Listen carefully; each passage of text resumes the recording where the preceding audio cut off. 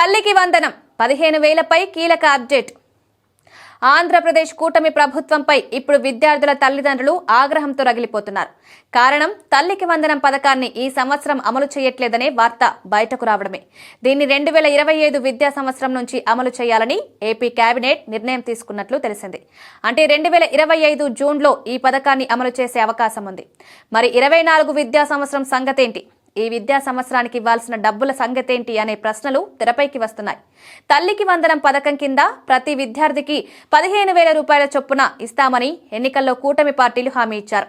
తీరా అధికారంలోకి వచ్చాక మొదటి ఆర్థిక లేదా విద్యా సంవత్సరంలో ఈ పథకాన్ని అమలు చేయలేదు. ఈ పథకం అమలవుతుందనే ఆలోచనతో చాలా మంది తల్లిదండ్రులు తమ పిల్లల స్కూళ్ల ఫీజు కోసం అప్పులు చేశారు. ఈ పథకం డబ్బు వస్తే ఆ అప్పులు తీరుద్దామని ఎదురు చూస్తున్నారు. కానీ ప్రభుత్వం ఈ విద్యా సంవత్సరానికి ఈ పథకాన్ని అమలు చేయట్లేదని తెలుస్తోంది. గత వైసీపీ ప్రభుత్వం కూడా ఇదే తప్పు చేసింది. ఎన్నికల ఏడాదిలో అప్పుడు సీఎం జగన్ చివరి ఏడాది ఇవ్వాల్సిన అమ్మఒడి డబ్బులు ఇవ్వలేదు. అలాగే కాలయాపన చేశారు.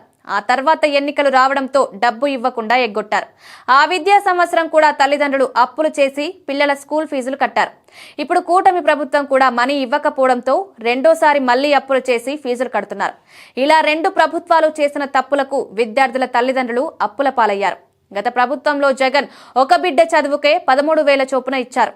అందులో 2,000 కోత పెట్టి ఆ డబ్బును స్కూళ్లలో పారిశుద్ధ్యం కోసం వాడారు. ఇలా 3 ఏళ్లు ఇచ్చారు.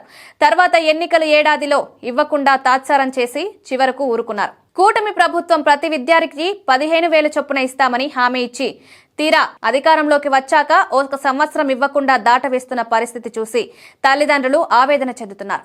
చాలా మంది తమ కంటే తమ పిల్లల బెటర్ ఉండాలని కోరుకుంటూ ప్రైవేట్ స్కూళ్లలో చేరుస్తున్నారు.